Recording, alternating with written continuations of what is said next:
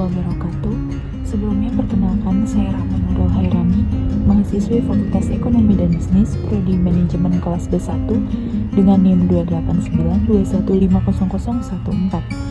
Pada kesempatan kali ini saya akan membawakan sebuah materi guna memenuhi ujian tengah semester mata kuliah aplikasi komputer yang diampu oleh Bapak Joni Tresnanto, SOS MM. Sebelum masuk ke materi, kita terlebih dahulu harus memahami apa itu aplikasi komputer. Aplikasi berasal dari kata application, yaitu bentuk benda dari kata kerja to apply yang dalam bahasa Indonesia berarti pengolah. Secara istilah, aplikasi komputer adalah suatu subkelas perangkat lunak komputer yang menggunakan kemampuan komputer langsung untuk melakukan suatu tugas yang diinginkan pemakai. Contoh utama perangkat lunak aplikasi komputer adalah program pengolah kata, lembar kerja, dan pemutar media.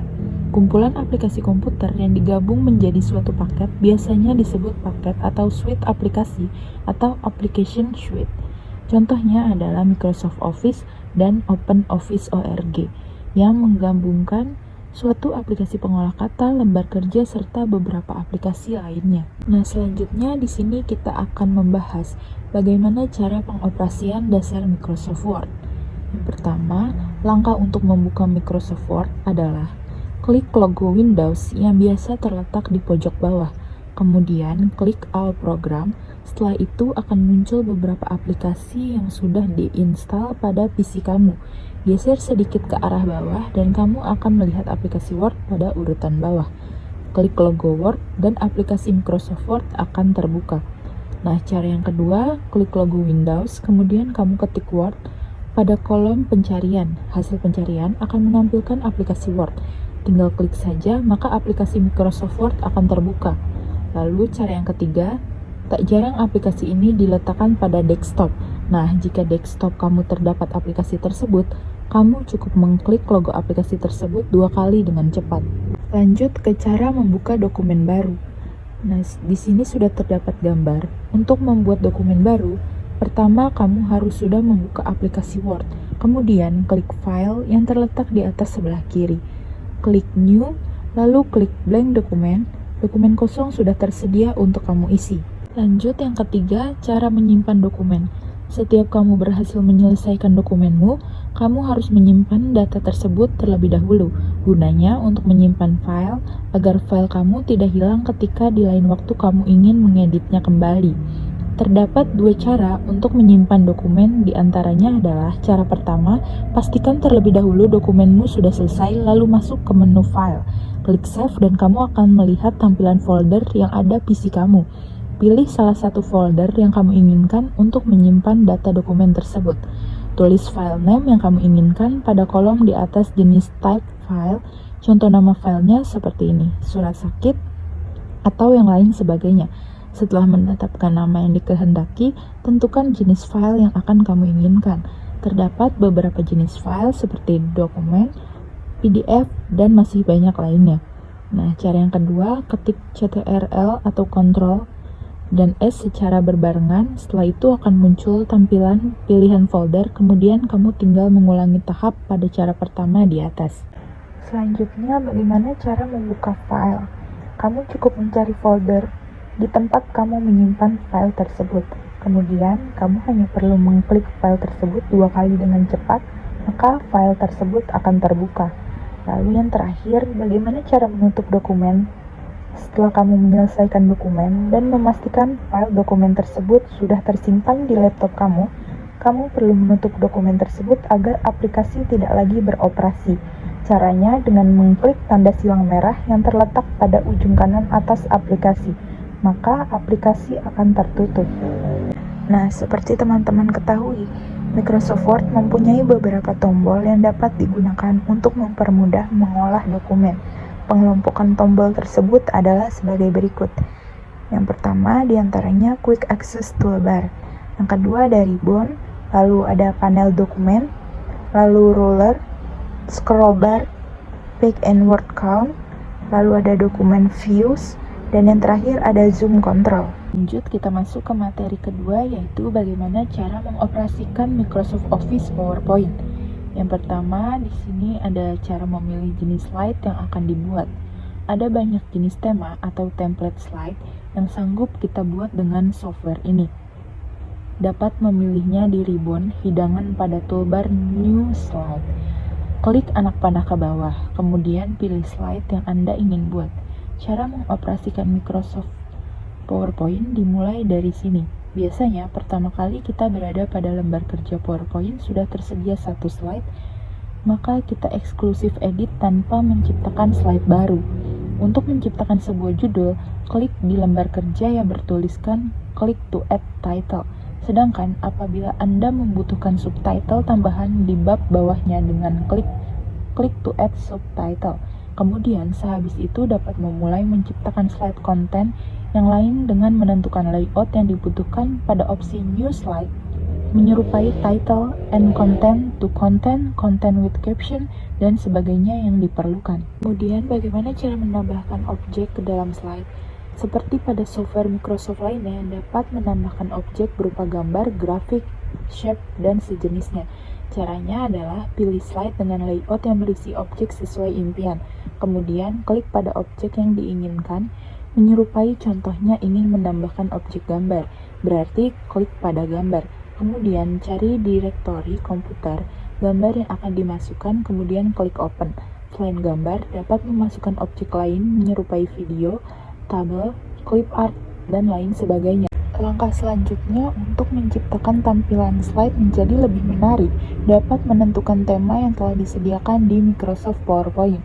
Caranya, klik pada salah satu slide, kemudian klik tab hidangan desain, dan kemudian pilih salah satu tema yang menarik. Lanjut, setelah menentukan tema, semoga lebih menarik, kini akan menambahkan animasi pada teks dan slide dalam presentasi supaya lebih meyakinkan. Caranya, klik pada teks yang akan diberikan animasi, kemudian pilih tab menu animation, kemudian pilih animasi yang ingin diberikan pada teks tersebut. Dapat melihat secara eksklusif sehabis menentukan dengan cara klik salah satu jenis animasi tersebut. Akan terlihat tanda berupa kotak kecil berisi angka yang ada pada sudut sebelah kiri atas, goresan pena yang menunjukkan terdapat animasi yang sudah diaplikasikan pada teks tersebut.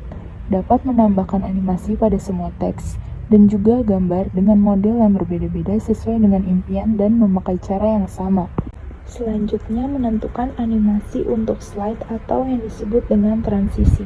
Caranya sama menyerupai saat menambahkan animasi pada teks.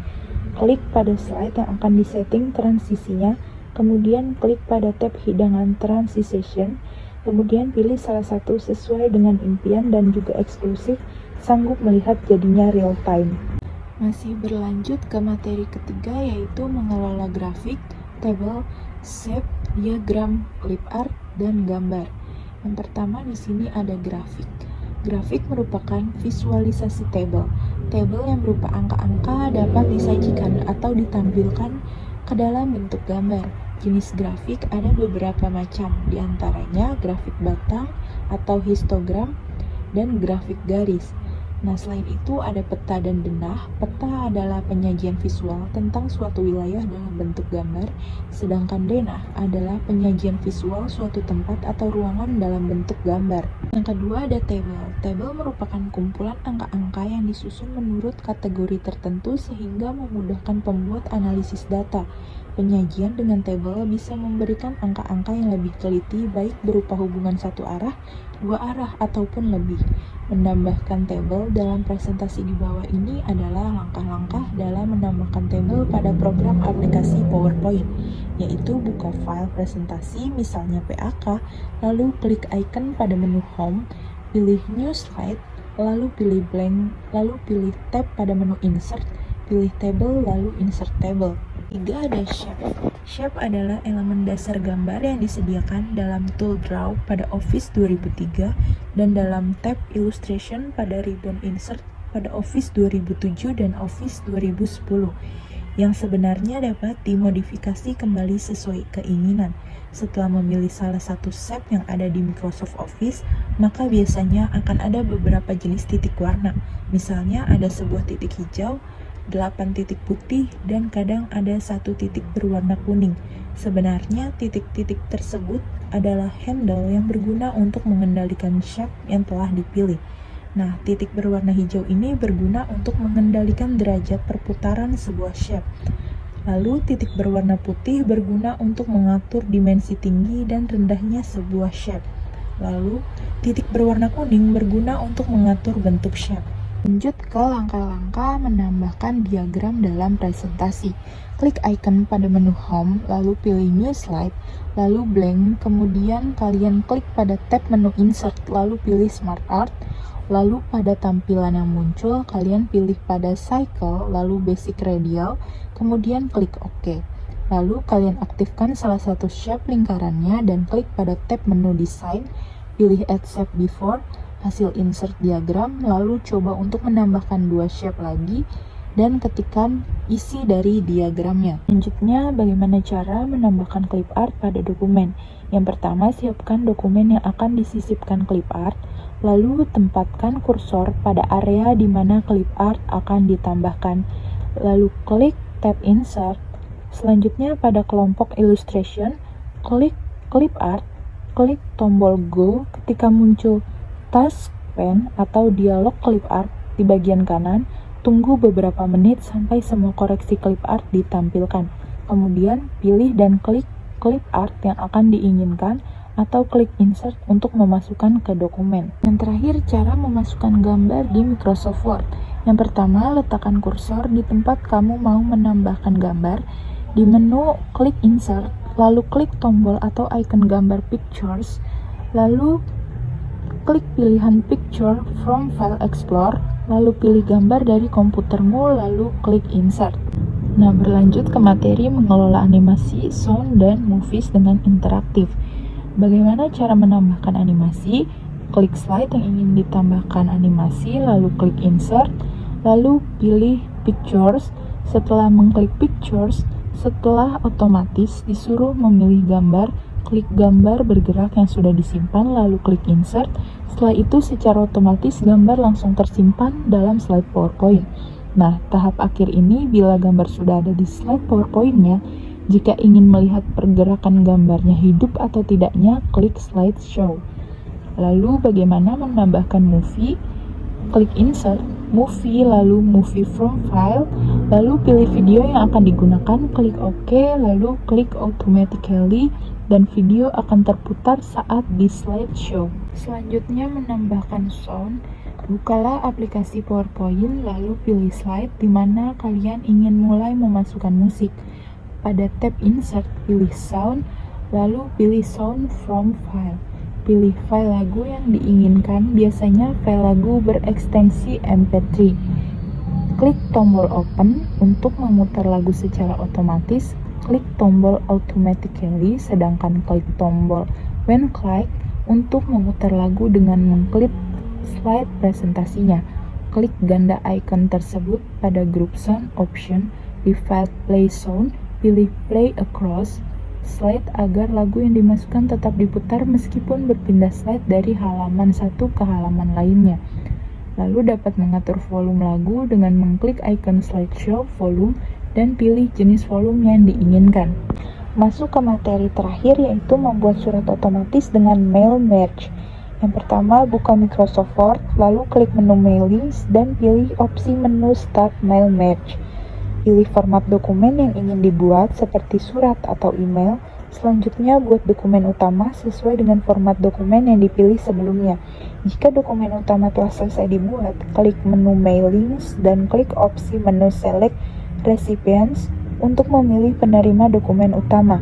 Selanjutnya, jika pengguna telah menyiapkan file sumber data penerima dokumen utama, maka pengguna cukup mengklik opsi Use and Existing List lalu pilih file sumber data. Klik Open, pengguna akan melihat dialog box Open Workbook. Pilih file sumber data yang digunakan dan klik OK. Nah, setelah dokumen utama terhubung dengan file sumber data, atur tata letak dokumen utama dan file sumber data agar sesuai dengan cara pada dokumen utama. Arahkan kursor di tempat yang sesuai untuk diisi data, kemudian klik pada opsi menu Insert Match File dan pilih opsi yang sesuai dengan file sumber data yang diinginkan. Jika sudah selesai, periksa hasil dokumen utama yang telah dibuat dengan cara mengklik pada opsi Preview Result Jika hasil dokumen utama telah selesai, pengguna bisa langsung menyimpan file dengan mengklik menu Mailings, lalu pilih opsi Finish dan Merge. Setelahnya, pengguna akan melihat 3 opsi menu yang dapat dipilih sesuai dengan kebutuhan, yaitu Edit Individual, Dokumen, lalu Print Dokumen, dan Send Email Message. Pengguna baru memilih salah satu opsi dari ketiga menu di atas sesuai dengan kebutuhan dan mail merge selesai digunakan. Mungkin cukup sekian yang dapat saya sampaikan mengenai materi ini. Semoga bisa bermanfaat bagi kita semua. Kurang lebihnya mohon maaf. Wassalamualaikum warahmatullahi wabarakatuh.